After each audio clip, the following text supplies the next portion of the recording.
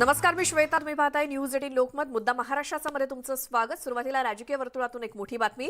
मुख्यमंत्री एकनाथ शिंदे आणि उपमुख्यमंत्री देवेंद्र फडणवीस यांच्या हस्ते ठाण्यातल्या 2 पुलांचं आज उद्घाटन होणार आहे. आधी तिसऱ्या कळवा पुलाच्या एका मार्गिकेचं लोकार्पण होईल, त्यानंतर मुंब्रा वाय जंक्शन इथे लोकार्पण होईल, तसंच तिथे सभा देखील होणार आहे. विशेष म्हणजे यावेळी जितेंद्र आव्हाड सुद्धा उपस्थित असतील आणि मुख्यमंत्री एकनाथ शिंदे यांच्या हस्ते आज संध्याकाळी 5 वाजता डोंबिवली पूर्व कावेरी चौकात रस्त्याचं भूमिपूजन केलं जाणार आहे आणि नंतर संध्याकाळी 5:30 वाजता मुख्यमंत्र्यांची तिथे जाहीर सभा होणार आहे. अजित मांढरे आमचे प्रतिनिधी आपल्यासोबत फोन लाईन वरती आहेत. अजित, आज मुख्यमंत्री आणि उपमुख्यमंत्र्यांचे ठाण्यात आणि डोंबिवलीमध्ये काय कार्यक्रम? श्वेता, मुख्यमंत्री एकनाथ शिंदे आणि उपमुख्यमंत्री देवेंद्र फडणवीस यांनी सत्तेमध्ये आल्यानंतर कामांना जी गती दिलेली आहे त्या गतीनंतर विशेष करून आपण जर पाहिलं तर ठाणे असेल, कल्याण डोंबिवली असेल, ही जी वाढती शहर आहेत इथे वाढती वाहतूक कोंडी असेल किंवा रस्त्यांचा प्रश्न असेल हा सोडवण्याकडे लक्ष दिलेलं आहे असं आपल्याला दिसतंय. कारण का आपण जर पाहिलं तर या आजच्या कार्यक्रमामध्ये ठाण्यातील जो उड्डाण पूल आहे त्या उड्डाण पुलाचं उद्घाटन केल्यानंतर मोठ्या प्रमाणामध्ये वाहतूक कोंडी जी आहे ठाण्यावरून कळव्याला जाताना ते वाहतूक कोंडीचा प्रश्न जो आहे तो मोठ्या प्रमाणात सुटणार आहे. कारण एकच ब्रिज होता आणि तिथून अवजड वाहनांची वाहतूक नाशिकहून येणाऱ्या, अहमदनगरहून येणाऱ्या, त्याच पद्धतीनं इथून मुंबईहून येणाऱ्या गाड्या, भिवंडी येणाऱ्या गाड्या, हा एका ठिकाणी फक्त 4 पदरी रोड होता. पण आता हा उड्डाणपूल जो होईल त्याच्यामुळे मोठ्या प्रमाणामध्ये वाहतूक कोंडीला तिथं वाव मिळणार नाही आणि त्यामुळे लोकांना एक प्रवास जो सुकर होईल. पुढे जर आपण गेलं तर वाय जंक्शन जो आहे मुंब्राचा, तो गेले कित्येक दिवस उद्घाटनामुळे बाकी होता. यावरून राजकारण देखील तापलं होतं, पण काही तांत्रिक अडचणीमुळे तो बंद ठेवण्यात आला होता. तर त्याच्याच उद्घाटन होईल. म्हणजे शिवपाटा ते ठाणे हे जे अंतर आहे हे एक तर वाहतूक कोंडी मुक्त होईल. कारण का शहरातून एक पट्टा मुंब्रा बायपासवरून गेल्यानंतर एक भाग जो होता तो शहरातून जायचा, त्यामुळे काही वेळ लागायचा. पण आता मुंब्रा शहरवासियांना देखील मोठ्या प्रमाणामध्ये याचा फायदा होईल. कारण का अवजड वाहतूक जी शहरातून होणार नाही, अपघात होणार नाही, वाहतूक कोंडी होणार नाही. मुंब्रा शहराच्या वरून हा उड्डाणपूल काढण्यात आलेला आहे. त्यामुळे थेट मुंब्रा शहराच्या बाहेर हा उड्डाणपूल निघतो, ते थेट शिवपाट्याला तिथं जॉईन होतो.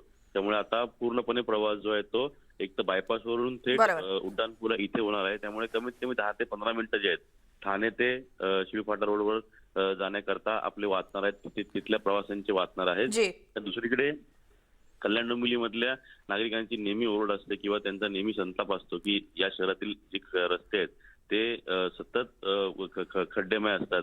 पाऊस गेला किंवा कामं केली तर तरी रस्त्यांना खड्डे पडतात. त्यामुळे मोठ्या प्रमाणामध्ये कल्याण डोंबिवली शहरातल्या रस्त्यांचं कॉन्क्रिटीकरणाचं काम जे आहे ते आता हाती घेतलेलं आहे आणि त्याच्या कामाचा शुभारंभ जो आहे तो मुख्यमंत्री एकनाथ शिंदे आणि उपमुख्यमंत्री देवेंद्र फडणवीस यांच्या हस्ते केला जातोय.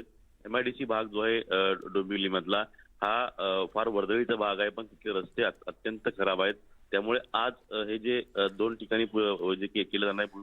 बरोबर आहे अजित, धन्यवाद या सगळ्या माहितीसाठी. आणि या सगळ्या कार्यक्रमांकडे सुद्धा आपलं लक्ष असेलच. ठाण्यामध्ये पुलांचं उद्घाटन असेल किंवा मग दुसरीकडे डोंबिवलीमध्ये मुख्यमंत्री आणि उपमुख्यमंत्र्यांच्या हस्ते जे काही कार्यक्रम आणि जाहीर सभा, या सगळ्याकडे आपलं लक्ष असेलच. उद्धव ठाकरेंच्या नेतृत्वातल्या महाविकास आघाडी सरकारच्या नाकर्तेपणामुळे आणखी एक प्रकल्प महाराष्ट्रातून बाहेर गेल्याची माहिती समोर आली आहे. मध्य प्रदेशच्या औद्योगिक विकास महामंडळानं ऊर्जा उपकरण निर्मिती झोन मिळवण्यामध्ये बाजी मारली आहे. महाविकास आघाडीच्या नाकर्तेपणामुळेच हा प्रकल्प महाराष्ट्रात आला नाही असा आरोप मुख्यमंत्री एकनाथ शिंदे आणि उपमुख्यमंत्री देवेंद्र फडणवीसांनी केलाय. ऊर्जा उपकरण निर्मिती झोन मिळवण्यासाठी MIDC प्रयत्नशील होती, मात्र महाविकास आघाडी सरकारच्या काळात याबाबत हालचाली न झाल्यामुळे हा प्रकल्प राज्याबाहेर गेल्याचा आरोप केला जातोय. आणि या प्रकल्पाबाबत एक्सप्रेशन ऑफ इंटरेस्ट दाखल करण्याची 8 जून 2022 ही अंतिम तारीख होती आणि या काळात राज्यामध्ये महाविकास आघाडीचं सरकार होतं आणि याकडे मुख्यमंत्री आणि उपमुख्यमंत्र्यांसह भाजपच्या नेत्यांनी लक्ष वेधलंय.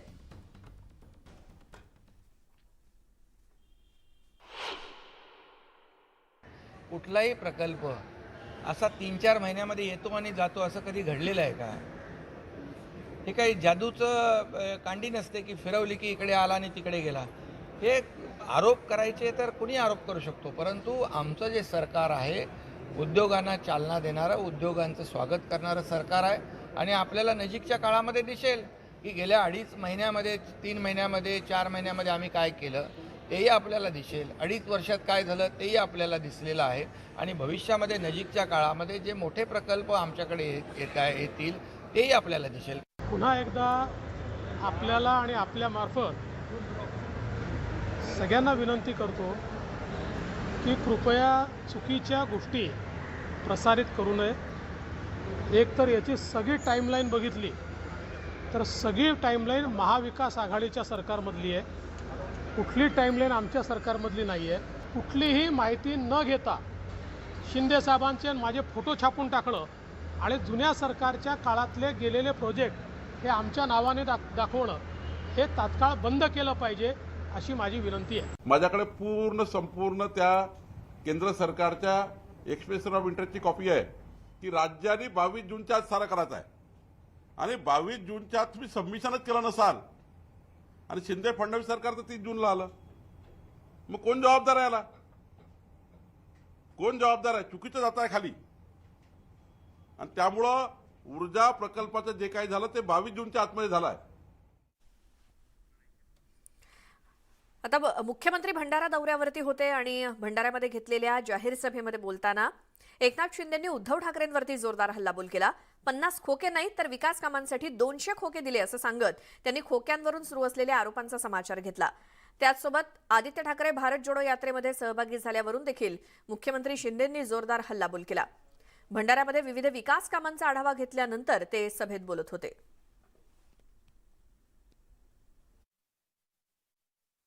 हे टीका, आरोप, प्रत्यारोप जसं नरेंद्र भोंडेकर यांनी सांगितलं की एकनाथ शिंदे 50 खोके नाही तर 200 खोके देतात आणि ते विकासासाठी देतात. आणि आज तुम्हाला मी सांगतो सकाळपासून आतापर्यंत 200 कोटीपेक्षा जास्तीची भूमिपूजन आणि लोकार्पण झाली. मला वाटतं नरेंद्र 100 कोटी रुपयाचे प्रकल्प आपल्या पाईपलाईन मध्ये आहेत. हे काँग्रेस या सरकारमध्ये या देशामध्ये आहे तोपर्यंत या देशाचं भलं होणार नाही. आणि हे बाळासाहेबांचे शब्द होते. परंतु आज आपण जर पाहिलं, आज जो आपण जर बघितलं तर बाळासाहेबांचे विचार तोडो आणि काँग्रेस जोडो अशा प्रकारचं काम या राज्यामध्ये सुरू आहे. दिव्यांगांना न्याय मिळाला पाहिजे यासाठी सरकार निर्णय घेते आणि म्हणूनच धडकी भरली आहे, पायाखालची वाळू सरकली आहे.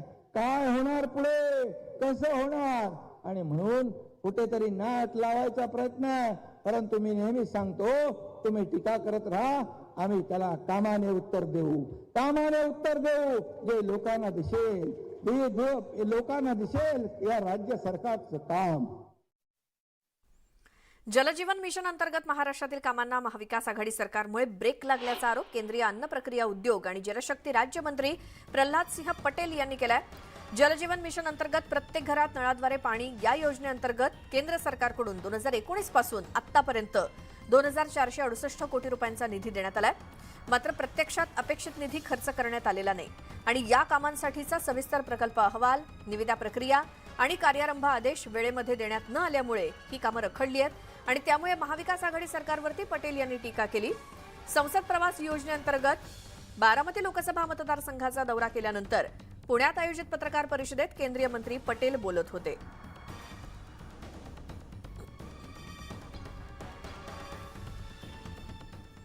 महाराष्ट्रामध्ये जेव्हा उद्धवशाही आणि पवारशाही कमी होईल तेव्हा एकनाथ शिंदे पुन्हा शिवशाही आणतील. महाराष्ट्रातल्या राजकारणातील पवारशाही संपलीच पाहिजे अशी टीका गजानन कीर्तीकरांनी केली. उद्धव ठाकरेंची साथ सोडून मुख्यमंत्री एकनाथ शिंदेंच्या बाळासाहेबांची शिवसेना पक्षामध्ये गजानन कीर्तीकर यांनी प्रवेश केला आणि यावेळी कीर्तीकरांनी राष्ट्रवादीवरती थेट हल्लाबोल करताना शरद पवारांवरती निशाणा साधला. तसंच राष्ट्रवादी काँग्रेस बरोबर शिवसेनेचा जो राजकीय प्रवास सुरू होणार आहे हा प्रवास शिवसेनेसाठी घातक असल्याचं ते म्हणाले.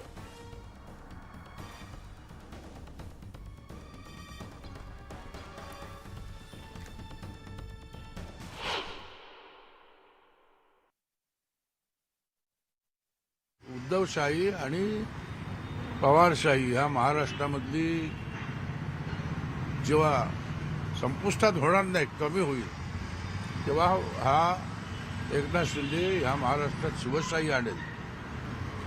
ही पवारशाही संपलीच पाहिजे महाराष्ट्रातल्या राजकारणात.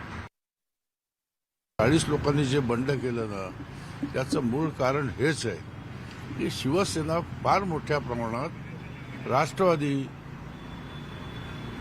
आमच्याबरोबर सरकारमध्ये होती, महाविकास आघाडीमध्ये. ती जास्तीत जास्त फायदा घ्यायची, निधी उपटायची. रोहित पवार नातू शरद पवारांचं सरकार, उद्धव ठाकरेचं चालवतात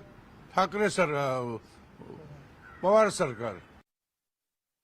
40 गेलेत, 15 बाकी आहेत, 12 गेले. मी काल 13वा गेलो खासदार, आणि 5 बाकी आहेत. समेट घडवावा. बीजेपी बरोबर जी आपली नैसर्गिक युती आहे ती अबाधित ठेवावी, आणि मुख्यमंत्रीपद आपल्याला दिलेलं आहे, त्यांनी शिवसेनेला दिलेलं आहे.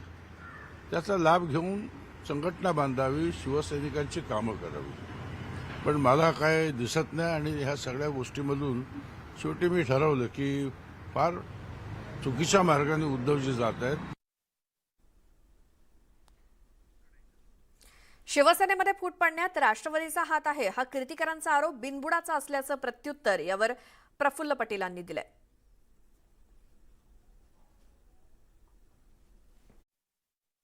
आता गजानन कीर्तिकर ते कुठून आले अचानकच? म्हणजे पहिलं त्यांचा मुलगा कुठे आहे ते त्यांनी खुलासा करावा, त्याच्यानंतर इतरांना विचारावं की काय करायचं.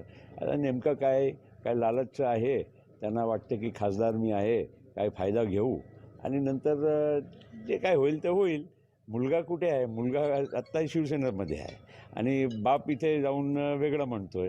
मग कोणाला खरा समजायचा हा विषय महत्त्वाचा आहे. आज तर आहे ना पवारशाही, एवढं तर मान्य करतात ना, मग तर आम्ही पाहू ना.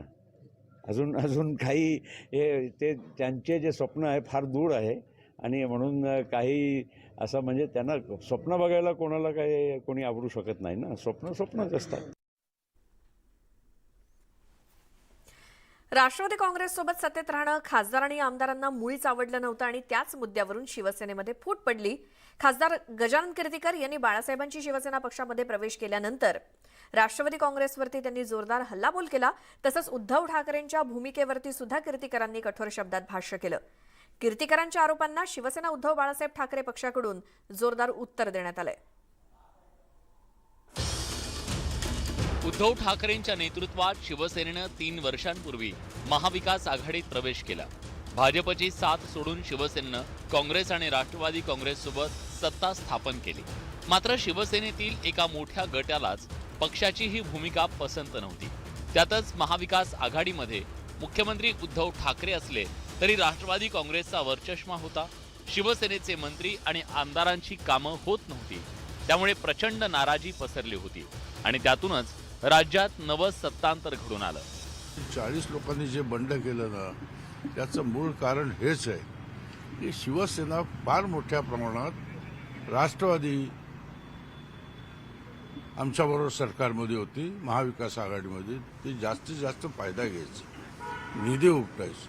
रोहित पवार नातू शरद पवारांचं सरकार, उद्धव ठाकरेचं चालवतात पवार सरकार. गजानन कीर्तिकर एवढ्यावरच थांबले नाहीत.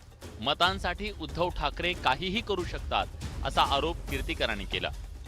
शिवसेना ही राष्ट्रवादी आणि काँग्रेसच्या दावणीला बांधली गेली.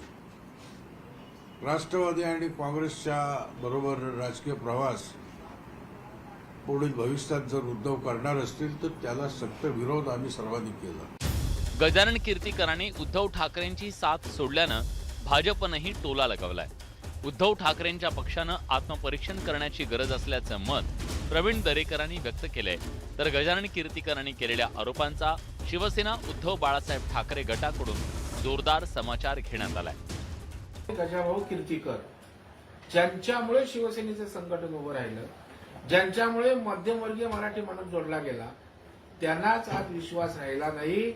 आता त्यांना वाटतं की बाळासाहेबांची शिवसेना ही मराठी चळवळ असो, महाराष्ट्राचं हित असो, पुढे नेऊ शकते, आणि म्हणून त्यांनी या ठिकाणी एकनाथ शिंदे साहेबांसोबत त्या ठिकाणी साथ धरल्याचं दिसतंय. आम्ही अजूनही त्यांच्या वयाचा आदर करतो. विपरीत काले विद्युत बोललो ना, ज्यांचं पहिल्या तिराला पोचलेली माणसं आहे ती, त्या पहिल्या तिराला पोचलेल्या माणसांनी उद्धवजींबद्दल इतका, मला वाटत नाही आत्ताच्या राजकारणात इतकं संयमशील, चिंतनशील असं आणि काय म्हणू त्याला आपण, सज्जन व्यक्तिमत्व राजकारणात नाही. राज्यात सत्तांतर होऊन 4 महिने उलटून गेले, मात्र शिवसेना उद्धव बाळासाहेब ठाकरे पक्षाकडून आउटगोईंग सुरूच आहे. नेते आणि शिवसैनिक बाळासाहेबांच्या शिवसेनेत प्रवेश करतायत. परिणामी उद्धव ठाकरेंनी यावर चिंतन करण्याची गरज निर्माण झाली आहे. Bureau report, news 18 Lokmat. पुढची बातमी. अभिनेत्री दीपाली सय्यद उद्या अधिकृतपणे मुख्यमंत्री एकनाथ शिंदे यांच्या गटामध्ये प्रवेश करणार आहेत.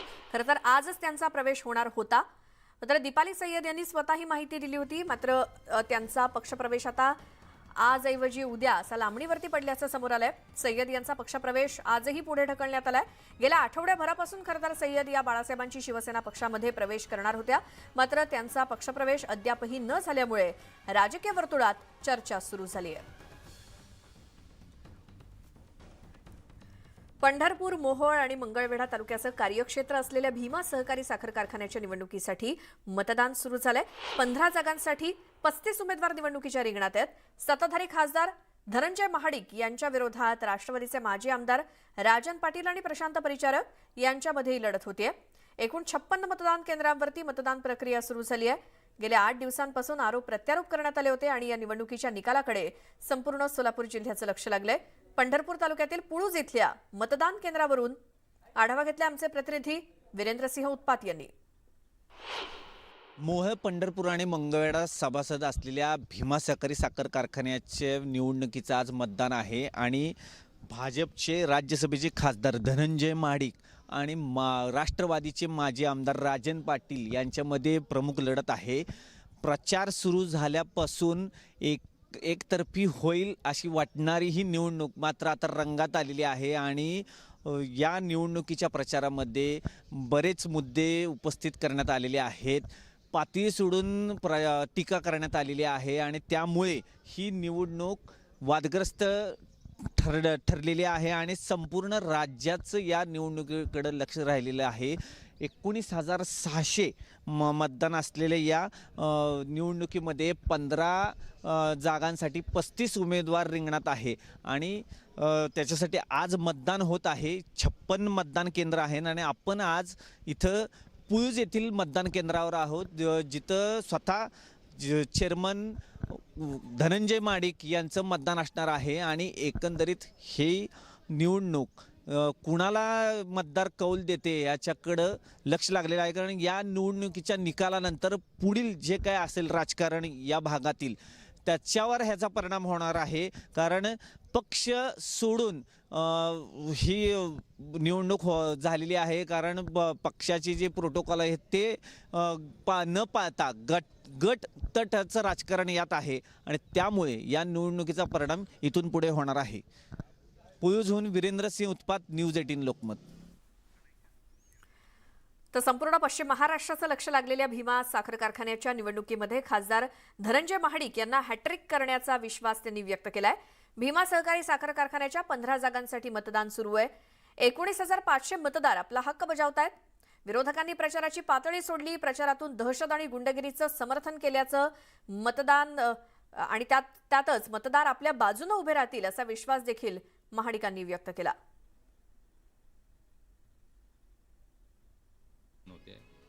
आज पुळूज या गावी माझं ग्रामदैवत लिंगेश्वर महाराजांचं दर्शन घेऊन मी मतदान केलेलं आहे. 10 वर्षापूर्वी आम्ही या 3 तालुक्यातल्या शेतकऱ्यांच्या समोर जाऊन एक विजन डॉक्युमेंट आम्ही त्यांच्यासमोर ठेवलं होतं, कारखान्याच्या विकासाचं, त्यांच्या विकासाचं, त्यांच्या परिवाराच्या विकासाचं.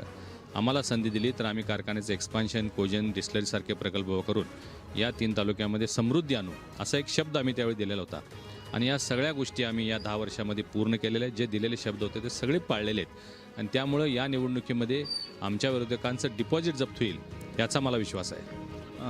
महाडिक यांची 3री पिढी. विरोधी पक्षनेते अजित पवार हे बारामती दौऱ्यावरती आहेत आणि सकाळी 6 वाजल्यापासून त्यांनी विविध विकास कामांची पाहणी केली. विद्या प्रतिष्ठान इथे जनता दरबार देखील ते घेणार आहेत. दुपारी ते अतिवृष्टीमुळे झालेल्या नुकसानग्रस्त भागाची पाहणीही करतील.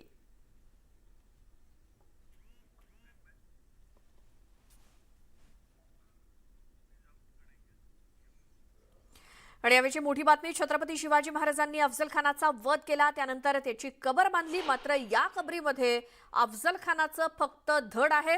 त्याचं मुंडकं कापून ते राजगडावरती ठेवल्याचे दाखले इतिहासामध्ये उपलब्ध आहेत.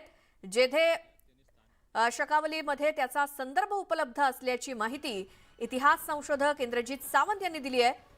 छत्रपती शिवाजी महाराज यांनी खानाचा वध केल्यानंतर संभाजी कावजी यांनी त्याचं मुंडकं छाटलं होतं आणि हे मुंडकं राजगडावरती पिंजऱ्यामध्ये घालून राजगडाच्या बालेकिल्ल्यामध्ये ठेवण्यात आलं होतं. तर प्रतापगडावरती सापडलेली तिसरी कबर ही कृष्णाजी भास्कर कुलकर्णीचीच आहे असा दावा संभाजी ब्रिगेडकडून करण्यात येतोय. छत्रपती शिवाजी महाराजांनी जेव्हा खानाचा वध केला तेव्हा त्याचा वकील कृष्णाजी भास्कर कुलकर्णी त्या ठिकाणी उपस्थित होता आणि ही तिसरी कबर त्याचीच असावी असा दावा संभाजी ब्रिगेडकडून करण्यात आलाय.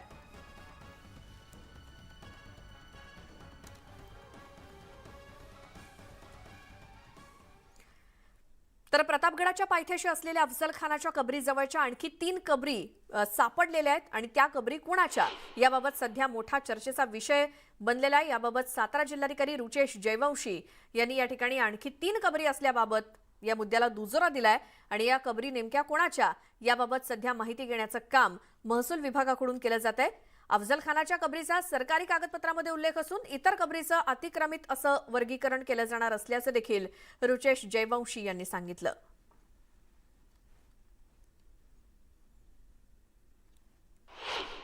अफजल खानच्या कबरी व्यतिरिक्त अतिक्रमण काढताना अशी काही कबरी अनोळखी कबरी आहेत. तर ते अनोळखी कबरी जे आढळून आलेले आहेत तर त्यांच्याबद्दल शासनाकडून मार्गदर्शन मागवलं जाणार आहे आणि शासनाकडून जसं मार्गदर्शन आलं त्याप्रमाणे पुढची कारवाई केली जाणार आहे. ओरिजिनल जे रेकॉर्ड्स आहेत त्यात फक्त तेथे अफजल खानाचीच कबरीबद्दल उल्लेख केला आहे. त्या व्यतिरिक्त आणखी जे कबरी तेथे आढळून आले आहेत तर ते अतिक्रमण म्हणूनच कॅटेगराईज केले जाणार आहेत. दरम्यान या कबरींचं पुरातत्वीय संशोधन आणि DNA तपासणी करण्याची मागणी इतिहास संशोधक इंद्रजित सावंत यांनी केली आहे. माझं असं मत आहे की अफजल खानाच्या कबरीसह आता जिथं जिथं त्या सगळ्याकडे कबरी मिळालेल्या आहेत त्याचं शास्त्रीय उत्खनन व्हावं, त्याचे रिपोर्ट तयार व्हावेत आणि त्याचं अनालिसिस व्हावं, DNA अनालिसिस व्हावं.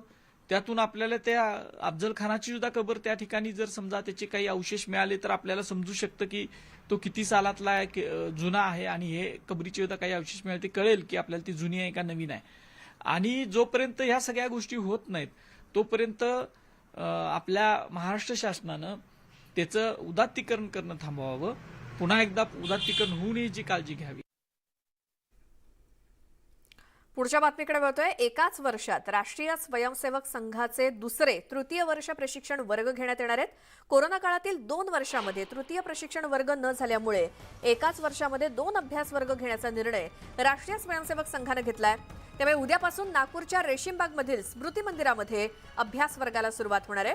संघाच्या दृष्टीनं तृतीय वर्ष अतिशय महत्त्वाचं असून उद्यापासून सुरू होणाऱ्या अभ्यास वर्गात देशभरातील 700 स्वयंसेवक सहभागी होणार आहेत.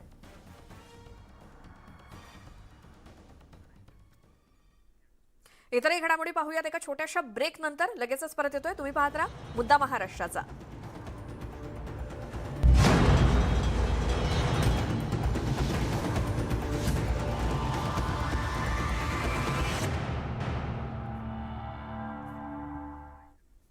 ब्रेकनंतर तुमचं स्वागत मुद्दा महाराष्ट्रामध्ये. मोठ्या शहरांपाठोपाठ आता ग्रामीण भागात सुद्धा दुचाकी जाळण्याचं लोण जाऊन पोहोचलंय. येवल्याच्या अंगणगाव परिसरात शेताजवळ एका दुचाकीला अज्ञात समाजकंटकांनी पेटवून दिल्याची घटना घडली आणि यामध्ये मोटरसायकल जळून खाक झाली. पोलिसांनी या प्रकरणात अज्ञातांविरोधात गुन्हा दाखल केलाय.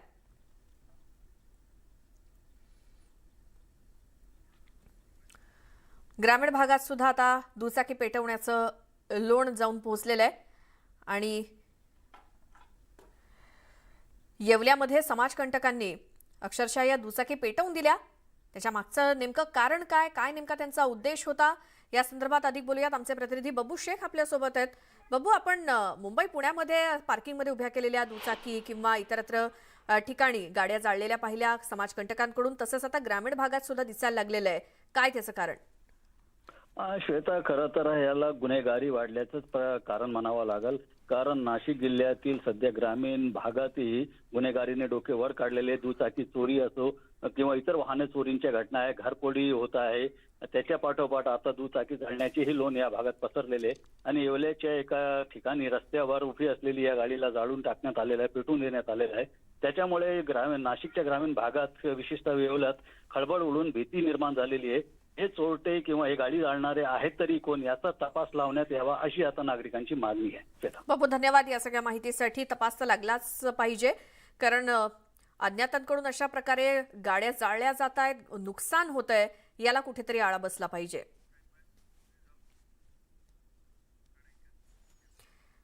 रत्नागिरी जिल्ह्यातील दापोली तालुक्यामध्ये पर्यटकांनी धुडगूस घातल्याचं दिसलं. समुद्रकिनारी मनमुराद आनंद लुटण्यासाठी आपल्या लहान मुलांना तसंच वृद्ध पालकांना घेऊन पर्यटक इथे येत असतात, तर काही बेशिस्त पर्यटक ग्रामपंचायतीचे नियम पायदळी तुडवून भरधाव वेगात आपल्या गाड्या घेऊन जाताना दिसत आहेत. ग्रामपंचायतीनं बेशिस्त पर्यटकांवरती योग्य कारवाई करावी अशी मागणी केली जाते. अशाच एका वाहन चालकानं दापोलीच्या समुद्र किनाऱ्यावरती बेफाम वेगामध्ये चारचाकी चालवल्याचा हा व्हिडिओ. अर्थात पर्यटक तिथे फिरत असतात, समुद्र किनाऱ्याचा आनंद लुटत असतात आणि मजा मस्तीमध्ये दंग असताना अशा प्रकारे जर समुद्र किनाऱ्यावरती इतक्या भरधाव वेगामध्ये या गाड्या चालवल्या जात असतील तर ते पर्यटकांच्या जीवावरती बेतू शकतं. त्यामुळे या बेशिस्त पर्यटकांवरती कारवाई व्हायला हवी अशी मागणी होतीये.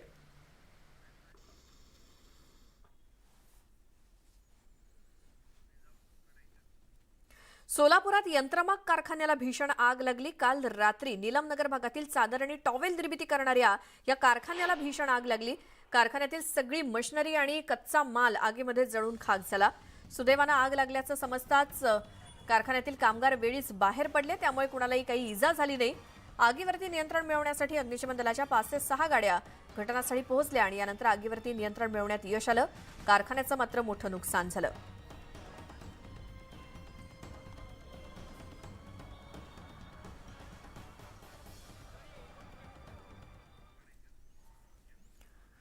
सोलापुरात एका प्रतिष्ठित डॉक्टरकडून एका वृद्ध व्यक्तीला बेदम मारहाण करण्यात आली. डॉक्टरांकडून झालेल्या या मारहाणीची घटना सीसीटीव्ही कॅमेऱ्यामध्ये कैद झाली आहे. डॉक्टरांविरोधात बाजार पोलिसात गुन्हा दाखल करण्यात आलाय, तर दुसरीकडे डॉक्टरांनीही त्या वृद्धाविरोधात पोलिसात तक्रार दाखल केली आहे. हॉस्पिटलमध्ये दारू पिऊन कर्मचाऱ्यांना शिवीगाळ केल्याचा आरोप मारहाण करणाऱ्या डॉक्टरांनी केलाय.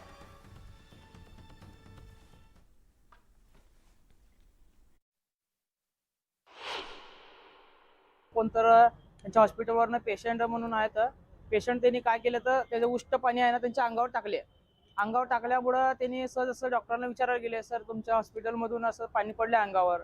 मग त्यांनी त्यांनी डायरेक्ट काठी म्हणजे सिक्युरिटीकडून मागून लाठी म्हणजे लाठीनं मारहाण केले. फायबरची लाठी सर, व्हाईट लाठी. त्यानं डोक्यात 4-5 त्यांनी मारले आणि जखम झाले. त्याच्या हातात टाके पडले, अजून पायात बी जखम झाले.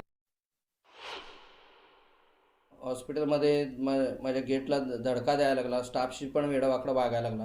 मग त्यावेळेला त्याचा एक मित्र आला, तो म्हणाला की हे डॉक्टर आहेत, यांना काही माहीत नाही आहे, तर तू काय प्रकार असेल ते नंतर सांग. आणि त्याला ते समजून घेऊन जात असताना तो अजूनच जास्त त्याला चेव आला आणि तो शिव्या द्यायला लागला, अंगावर धावून यायला लागला. त्यावेळेला माझ्या स्टाफने एक काठी होती आमच्या इथं, ते आणले त्यांनी. मग त्याला डिफेन्स म्हणून आम्ही हाकलून दिलं. धुळे शहराच्या प्रमुख वस्तीमध्ये संध्याकाळी जबर लुटीची घटना घडली. परेश पटेल नावाच्या व्यापाऱ्याला चोरट्यांनी तब्बल 25 लाख रुपयांना गंडवलं, तसंच त्याची बाईक सुद्धा घेऊन पोबारा केला. माधव कॉलनी परिसरामध्ये घडलेल्या या घटनेची पोलिसांनी गंभीर दखल घेतली आहे. कोम्बिंग ऑपरेशन राबवण्यात आलंय आणि या घटनेमुळे नागरिक आणि व्यापाऱ्यांमध्ये दहशतीचं वातावरण आहे.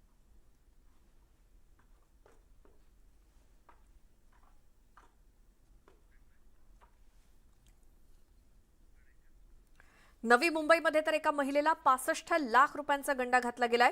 मयत नवऱ्याचे विम्याचे पैसे एका व्यक्तीनं परस्पर खात्यामध्ये वळवल्याचं समोर आलंय आणि या प्रकरणी वाशी पोलीस स्थानकात तक्रार दाखल करण्यात आली. नवऱ्याच्या निधनानंतर या महिलेनं एका व्यक्तीला मदत करण्यास सांगितलं. यानंतर या व्यक्तीनं एका मित्राच्या नावानं खातं उघडून त्यात या महिलेचे पैसे वळवले. यानंतर पोलिसांनी आरोपींना ताब्यात घेतलंय.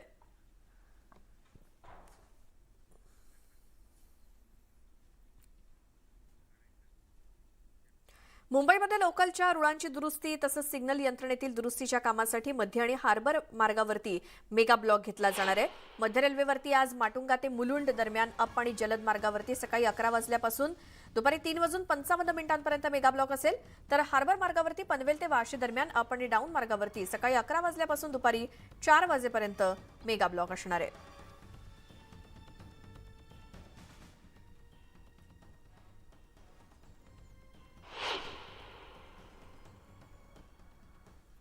तर त्यामुळे वेळापत्रक पाहूनच मुंबईकरांनी आज घराबाहेर पडावं, कारण मध्य रेल्वेवरती माटुंगा ते मुलुंड अप आणि डाऊन जलद मार्गावर सकाळी 11 वाजल्यापासून दुपारी 3:55 मेगा ब्लॉक असणार आहे. तर हार्बर मार्गावर पनवेल ते वाशी दरम्यान अप आणि डाऊन मार्गावरती सकाळी 11 वाजल्यापासून दुपारी 4 वाजेपर्यंत आज मेगा ब्लॉक आहे.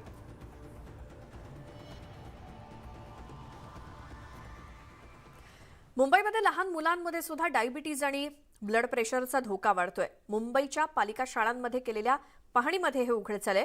पालिका शाळांमधील 8,158 विद्यार्थ्यांना उच्च रक्तदाब आणि 5,328 विद्यार्थ्यांना मधुमेह असल्याचा धक्कादायक अहवाल तपासणीतून समोर आलाय. पालिकेनं सप्टेंबर 2022 पासून आतापर्यंत केलेल्या आरोग्य तपासणीचा अहवाल समोर आलाय, त्यात ही गोष्ट आढळून आली आहे.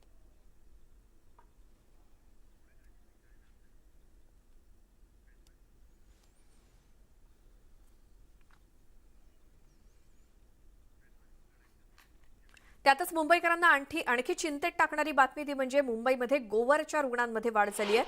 मुंबईत गोवर उद्रेकाची स्थिती समोर आल्याचं कळल्यानंतर केंद्राकडून देखील याची दखल घेण्यात आली.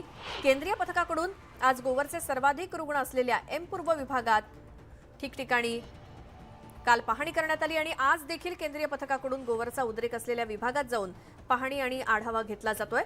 मागील 2 महिन्यात गोवरचे 84 रुग्ण समोर आले. महानगरपालिकेकडून गोवरचा उद्रेक झालेल्या विभागात विविध उपाययोजनेला सुरुवात करण्यात आली आहे. आरोग्य कर्मचाऱ्यांमार्फत घरोघरी जाऊन गोवर संशयित रुग्णांचं सर्वेक्षण करण्यात येत असून संशयित रुग्णांना अजीवनसत्व दिलं जात आहे.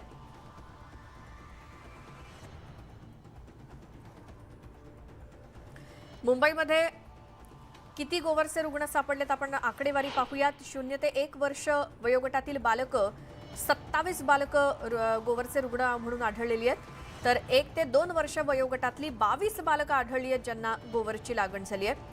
त्यासोबत 2 ते 5 वर्षातली 33 बालकं आढळली आहेत ज्यांना गोवरची लागण झाली आणि 5 वर्षांवरील 27 रुग्णांचा समावेश आहे.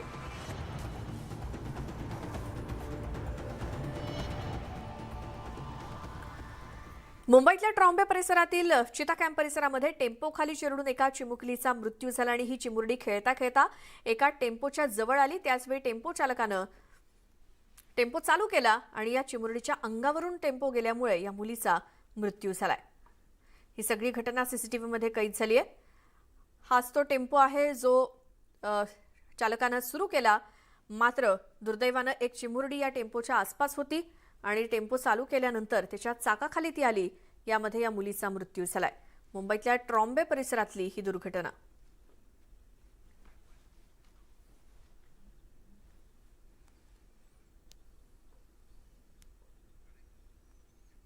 आणि आता एक वेगळी बातमी. अनेकांच्या घरामध्ये तुम्ही मांजर पाहिलं असेल.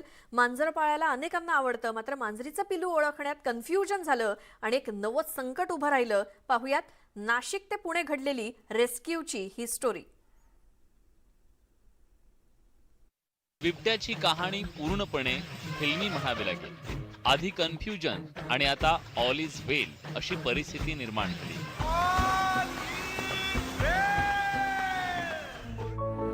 मालेगाव मधल्या एका ग्रामस्थानं 6 महिन्यांपूर्वी मांजर समजून बिबट्याच्या बछड्याला पाळलं. मात्र त्या बछड्याची प्रकृती बिघडत चालली. नाशिकचं वनविभाग आणि इको संस्थेच्या माध्यमातून हा बछडा पुण्यातल्या रेस्क्यू फाउंडेशनकडे सुपूर्द करण्यात आला. उपचाराच्या नंतर हा बछडा आता ठणठणीत झालाय. त्या पिल्लाचं ब्लड टेस्ट त्यानंतर त्याचं स्किनचे काही सॅम्पल्स टेस्ट करण्यात आले. त्यामध्ये असं आढळलं की स्किनमध्ये तर काही प्रॉब्लेम नव्हता, पण त्याच्या ब्लडमध्ये काही इन्फेक्शन होतं आणि त्याला मालन्यूट्रिशन झालं होतं, कारण त्याला प्रॉपर डाएट मिळालं नव्हतं.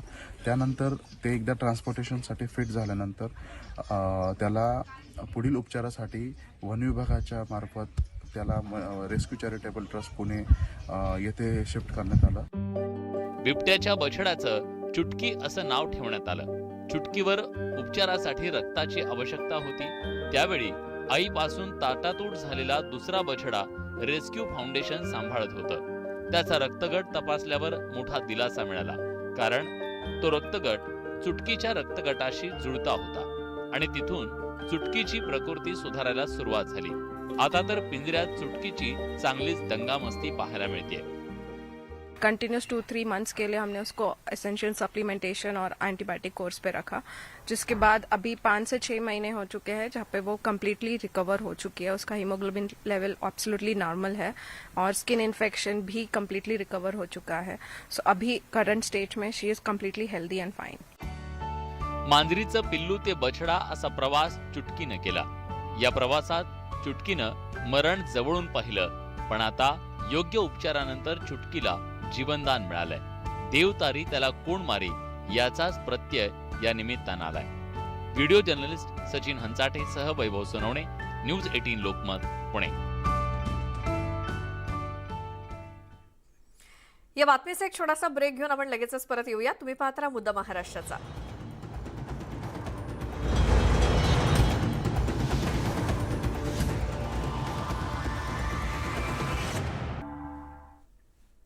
ब्रेकनंतर तुमचं स्वागत. पिंपरी चिंचवडमध्ये उद्धव ठाकरे पक्षाला मोठं खिंडार पडलंय.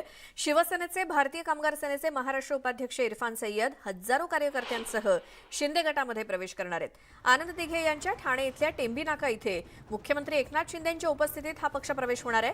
इरफान सय्यद यांना मोठी जबाबदारी मिळण्याची शक्यता आहे.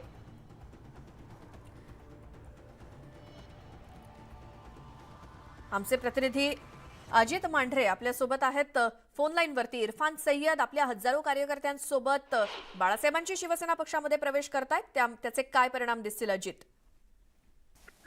आपल्याला माहिती आहे की शिवसेना पक्ष हा जितका लोकप्रतिनिधींचा भरलेला होता तितकाच कामगार सेनेच्या मार्फत देखील शिवसेनेचं मोठं नाव होतं आणि शिवसेनेचा मोठा दबाव होता.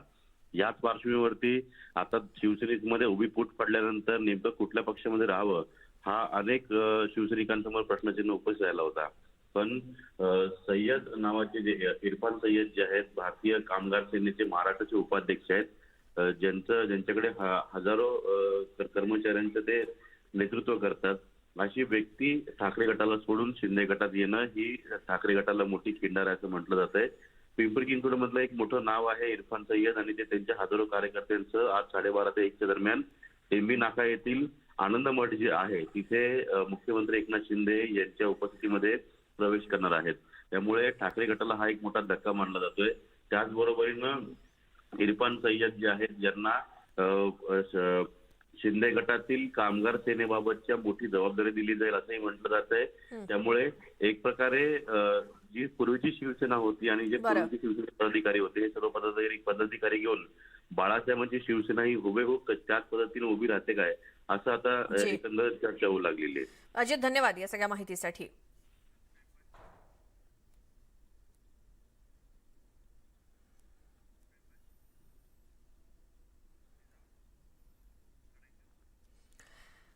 यावेळची आणखी एक मोठी बातमी. ठाकरे गटातील प्रवक्त्या सुषमा अंधारे यांच्या पतीनं बाळासाहेबांची शिवसेनेमध्ये प्रवेश करण्याचा निर्णय घेतलाय. आज दुपारी ते पक्षप्रवेश करणार आहेत. मुख्यमंत्री एकनाथ शिंदे यांच्या हस्ते हा पक्षप्रवेश होणार आहे. टेंबी नाका इथल्या आनंद मठामध्ये ते प्रवेश करणार आहेत. बाळासाहेबांची शिवसेना या पक्षामध्ये आताची सगळ्यात मोठी बातमी. ठाकरे गटाच्या प्रवक्त्या सुषमा अंधारे यांनी संपूर्ण महाराष्ट्रामध्ये आपल्या वक्तव्यानं खळबळ उडवून दिली आहे आणि त्यांचेच पती आणि त्यांनी बाळासाहेबांची शिवसेना पक्षामध्ये प्रवेश करण्याचा निर्णय घेतलाय. आज दुपारी ते शिंदे गटामध्ये प्रवेश करणार आहेत. आमचे प्रतिनिधी अजित मांढरे आपल्यासोबत आहेतच. अजित, अतिशय धक्कादायक ही बातमी आहे. सुषमा अंधारेंचे पती शिंदे गटात जाणार. पुन्हा एकदा संपर्क साधण्याचा प्रयत्न करू आमचे प्रतिनिधी अजित मांढरे यांच्याशी. मात्र आज दुपारी सुषमा अंधारे यांच्या पतीचा पक्षप्रवेश होणार आहे. बाळासाहेबांची शिवसेना या पक्षामध्ये ठाकरे गटाच्या प्रवक्त्या आहेत सुषमा अंधारे आणि आजकाल त्यांच्या वक्तव्यानं संपूर्ण महाराष्ट्रामध्ये खळबळ उडवून दिली जाते आणि त्यांच्याच पतीनं बाळासाहेबांची शिवसेना पक्षामध्ये प्रवेश करण्याचा निर्णय घेतलाय. त्यामुळे अनेकांच्या भुवया उंचावल्यात. एकाच घरातील दोन व्यक्ती वेगवेगळ्या पक्षामध्ये असण्याची ही काही पहिली वेळ नाही. मात्र तरी देखील सुषमा अंधारे यांची गेल्या काही दिवसाची वक्तव्य, शिवसेना उद्धव बाळासाहेब ठाकरे गटाच्या त्या प्रवक्त्या आहेत आणि त्यांचेच पती आता बाळासाहेबांची शिवसेना या पक्षामध्ये प्रवेश करतायत. त्यामुळे एक प्रकारे आश्चर्य व्यक्त केलं जात आहे. मुख्यमंत्र्यांच्या उपस्थितीत टेंबी नाका इथे त्यांचा आज दुपारी पक्षप्रवेश होणार आहे. पुन्हा जाऊयात, अजित मांढरे आमचे प्रतिनिधी आपल्या सोबत आहेत. अजित, अतिशय आश्चर्यकारक, सुषमा अंधारेंचे पती शिंदे गटामध्ये चाललेत. अगदी ज्या आश्चर्यकारकरित्या सुषमा अंधारे यांनी ठाकरे गटात प्रवेश केला होता, त्यात आश्चर्यकारकरित्या आता वैजनाथ वाघमारे हे सुषमा अंधारे यांचे पती जे आहेत ते शिंदे गटामध्ये म्हणजेच बाळासाहेबांची शिवसेना पक्षामध्ये प्रवेश करत आहेत. गेली 15 वर्ष जी माहिती आम्हाला वाघमारे यांनी दिली त्यानुसार गेली 15 वर्ष सुषमा अंधारे आणि वाघमारे जे आहेत ते फुले शाहू आंबेडकर आणि साळवे यांचे या सर्व चळवळीमध्ये, आंबेडकरी चळवळीमध्ये एकत्रित काम करायचे. एकत्रित त्यांनी अनेक आंदोलनं केलेली आहेत. बऱ्याचशा मुद्दे जे आहेत ते एकत्रित मांडून अनेक बहुजन जे समाज आहेत त्यांना न्याय मिळवून दिलेला आहे. पण सुषमा अंधारे यांनी ठाकरे गटात प्रवेश केल्यानंतर एक प्रकारे कुठेतरी या सगळ्या चळवळींना किंवा या त्यांच्या सगळ्या या वाटचालींना राजकीय रंग येतोय का असा प्रश्न त्यांना उपस्थित झाला होता. आणि त्यातून आता वैजनाथ वाघमारे, ॲडव्होकेट वैजनाथ वाघमारे यांनी बाळासाहेबांची शिवसेना पक्षात प्रवेश करून या सगळ्या गोष्टींना रुजू दिलेला आहे. वैजनाथ वाघमारे हे सुषमा अंधारे यांचे पती आहेत, पण त्यांनी आता फारकत घेतलेली आहे. ते पूर्वीचे पती असं म्हटलं तरी वावग ठरणार नाही. पण ज्या पद्धतीनं सुषमा अंधारे या बाळासाहेबांची शिवसेना पक्षावर टीका करतात किंवा नेत्यांवर टीका करतात, त्यानंतर आता त्यांच्या पतीनं बाळासाहेबांची शिवसेना पक्षात प्रवेश करणं आणि एका आंबेडकरी चळवळीच्या नेत्यानं बाळासाहेबांची शिवसेना पक्षामध्ये प्रवेश करणं हे शिंदे गटाची बाजू जमेची आहे हे पुन्हा एकदा स्पष्ट करते. आणि त्या पार्श्वभूमीवरती आता आणखीन काही आंबेडकरी चळवळीचे नेते जे आहेत ते बाळासाहेबांची शिवसेना पक्षामध्ये प्रवेश करतील असा विश्वास जो आहे बाळासाहेब शिवसेना पक्षातील वरिष्ठ पदाधिकारी व्यक्त करतायत. माहितीसाठी अमेरिकेच्या टेक्सास राज्यातल्या डालास इथे 2 विमानांचा भीषण अपघात झालाय. 2 लढाऊ विमानांची एकमेकांसमोर टक्कर झाली आणि धडकेनंतर दोन्ही विमानं खाली कोसळली आहेत. या भीषण अपघाताचा थरारक व्हिडिओ कॅमेरामध्ये कैद झालाय. इथल्या एका एअर शो दरम्यान ही घटना घडली असून या अपघातामध्ये काही लोक जखमी झाल्याची प्राथमिक माहिती मिळाली आहे.